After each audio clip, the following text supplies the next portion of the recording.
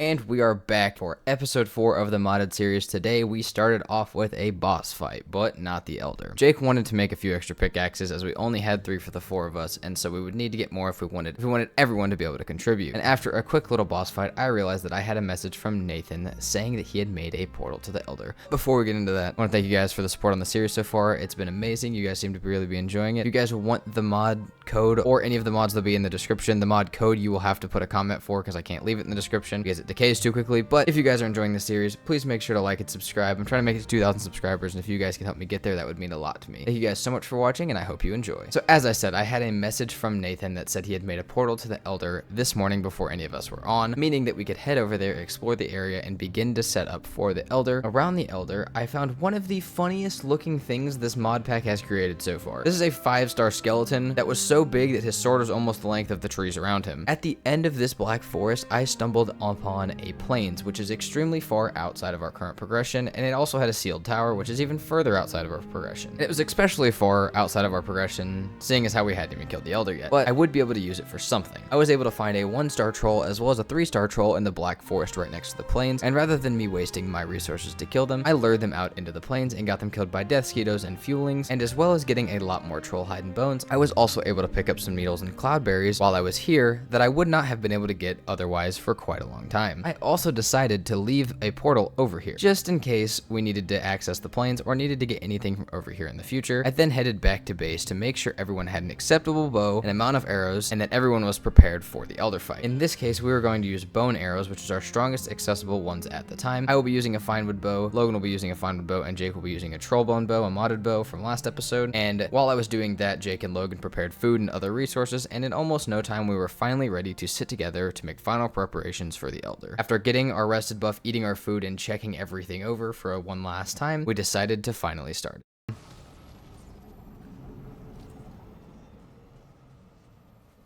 Please don't give us a bad one. What do you mean spawn? Like which one spawns, like what its power is and how many stars it has. Oh, it's motherfucker spawned right on me. It's a 2-star with a summoner, but that's not. It's spawning Great Orc Brutes! Actually, I don't know if that's what it spawned. Okay, you guys know how to do this fight? Oh no, I'm in the fucking roots! Stay behind the pillars, yeah, and don't get hit by the roots. That's a whole lot of roots. Yeah.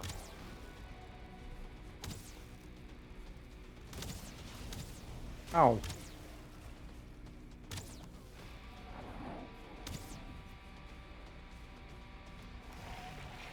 The hitbox is so funky. Yeah.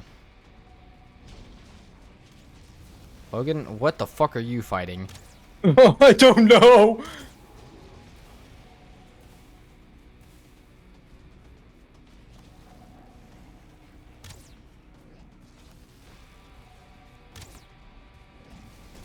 Logan's gonna die to this. I died. Logan's fighting something else.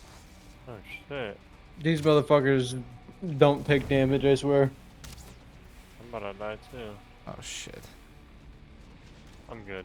I'm back on a pillar. I just need to heal. I went to a rock and he destroyed that rock because I wasn't getting hit markers. Oh, in the game? Yes. Okay. I'm excited. Is Then. the water not okay? This Elder Mage fucking hurt. I may not end up getting to my stuff. That is a fact.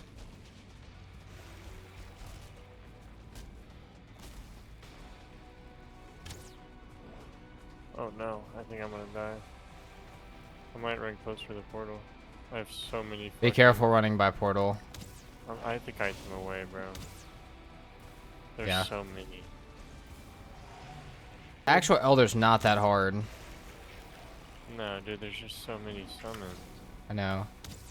And after about 30 minutes of spending way too much time on summons to really even damage the Elder apart from the first chunk of health that we had taken off, me and Jake lured as much stuff away as possible while Logan kept damaging it just to make sure it wouldn't heal. During this, I realized that we could have one person keep the attention of all of the summons as well as the Elder while the other two focused on damage from afar. We started getting damage in a lot faster, but this is the first boss fight where we could really see the impact of the mods that we had in this pack on the boss fight. We actually had to come up with a new strategy to fight it rather than what you would just normally do in Valheim, which was kind kind of the purpose of doing the mod pack. And while I did die right at the end, they were able to avenge me and complete it for us, meaning that we now were able to start our progression into the swamp whenever we wanted, as we had our swamp keys. And just a side note, when I got back to base, I was also able to build a ship table for our modded ships, which I won't build now, but they will come into play very soon, so I wanted to note that it is its own crafting thing right now. But if we really wanted to start our progression into the swamp, we were going to have to find one, as we had no clue of where one could possibly be. But for now, we just decided to head back to the plains and run across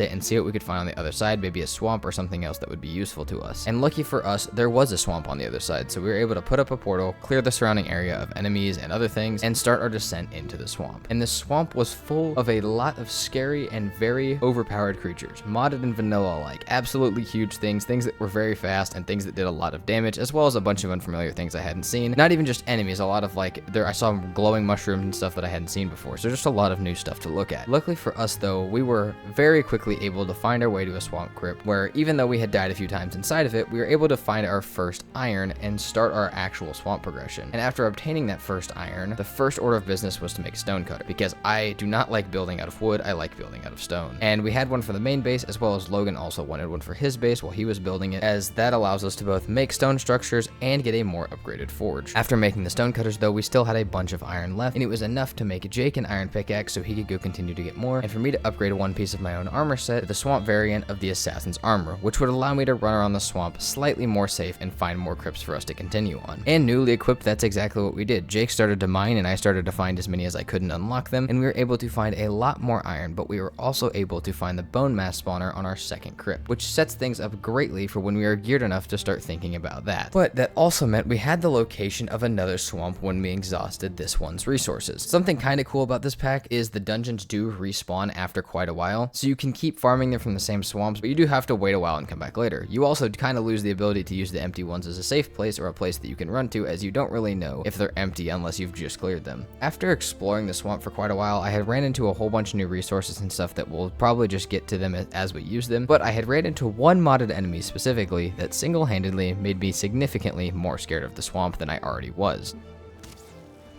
How strong are the skeletal mages? Very.